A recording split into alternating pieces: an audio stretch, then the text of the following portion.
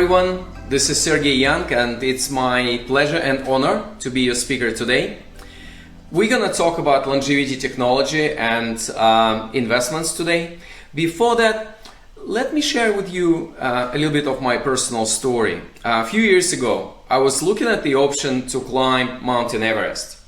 And it was obviously very exciting until I learned that mortality rates, I mean, if you try to climb this mountain, is about 5 to 6%.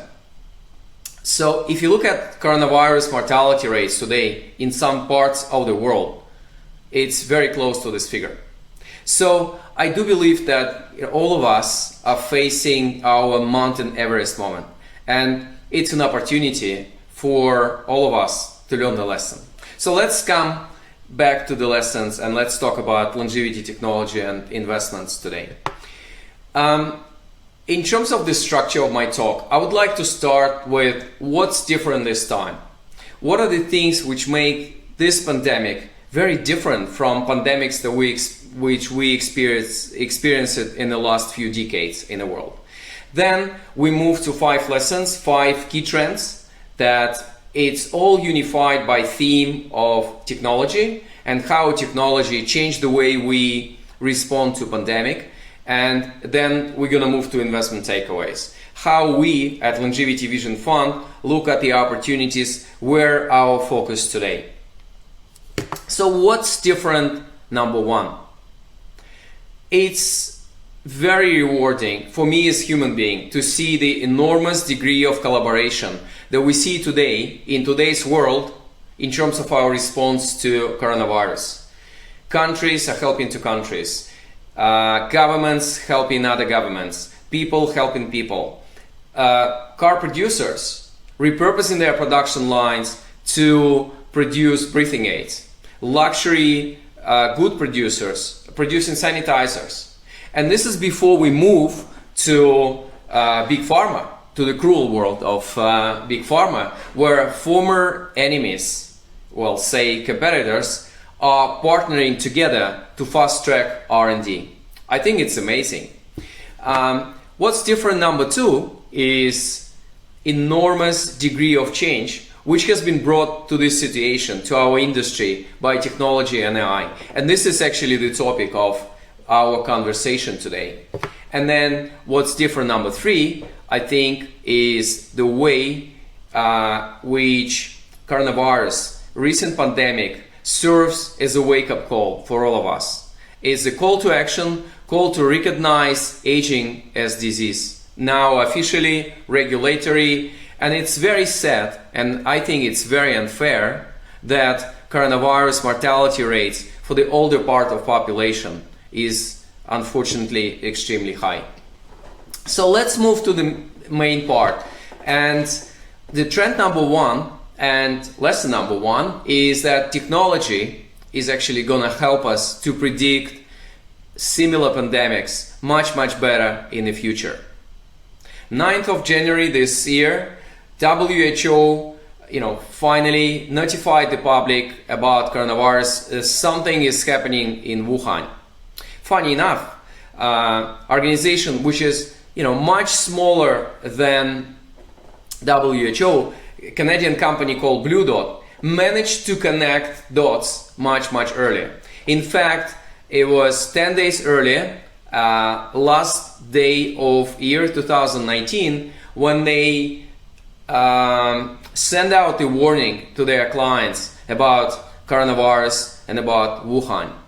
And this is why we like to invest in AI-enabled digital healthcare and overall longevity technology, is that the beauty of AI is not only the fact that AI is amazing in terms of its ability to analyze enormous layers of information and data. What is also amazing about AI, that AI has this amazing ability to connect the dots and arrive to very unusual, extraordinary takeaways, extraordinary correlations, which human minds cannot really arrive to.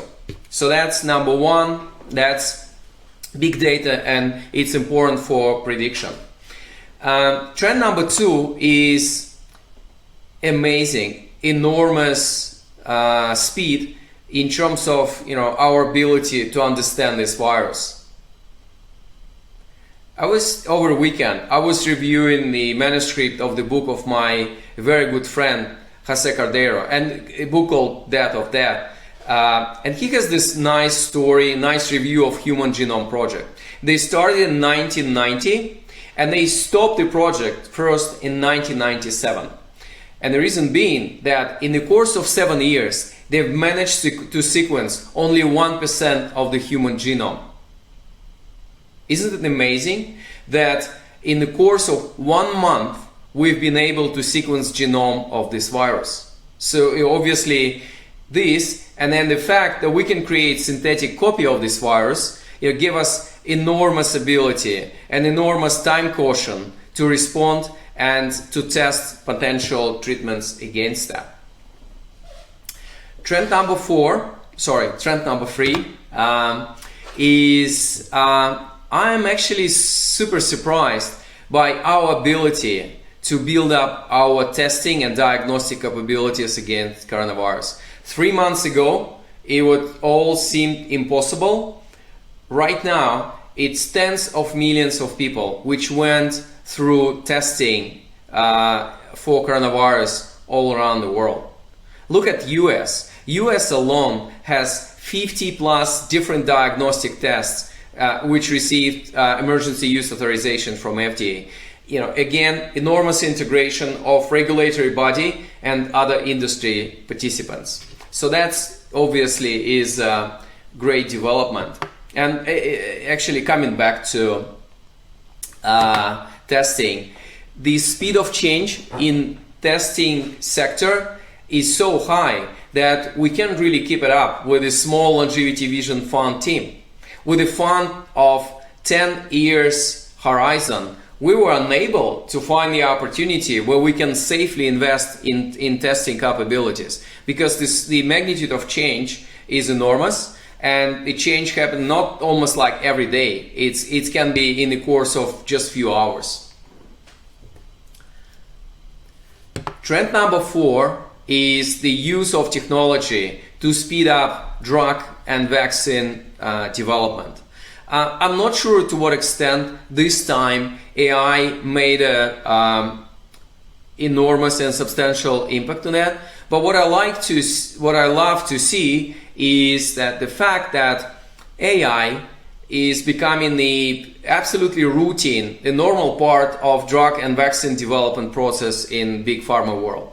And it's amazing what in silico medicine, benevolent AI, many other AI drug development type of place done is I think is very positive. If you ask me, I think the most promising way and area is actually related to our ability to repurpose drugs. And I think it's super promising that we're gonna see drugs repurposed because of their positive side effect against coronavirus in the next few months. And the same applies to vaccine development. And then trend number 5 is very interesting, significant impact of technology, which positively affects our ability to manage quarantine and manage this pandemic. Robots, being used in hospitals. Drones has been used in Israel to monitor whether you comply with your quarantine requirements, specifically for the high risk cohort. Who knows? Algorithms might help doctors to solve very difficult ethical problem with triage. And this is before we talk about physicians and telehealth. When we started to invest in telehealth a couple of years ago, telehealth was literally very exotic for majority of physicians. Right now, more than 50% of physicians use it almost every day. And I think it's a great progress in this area. We're obviously very bullish on that within our investment framework. So just to summarize, I think technology changed the way we can respond to pandemic on all fronts, on all sectors of this. And by the way, you don't need to try to copy of the charts while I speak. You can send me email at 5lessons@sergeyyoung.com to receive the copy of this deck. So what are my final thoughts on investment applications and investment takeaways? So if you look at investable areas, number one is actually drug and vaccine development. We haven't found a role and opportunity for us to invest there within this coronavirus framework, this period of time. Again, because it's high ticket items, usually single assets risk that we cannot really afford with 100 million of committed capital, and the speed of change is enormous, and just a lot of government, biotech, and big pharma money flowing into this space. We're much more positive about use of technology and specifically AI. In fact, 50% of our portfolio companies in Longevity Vision Fund has certain artificial intelligence component. And again, number three is digital health sector.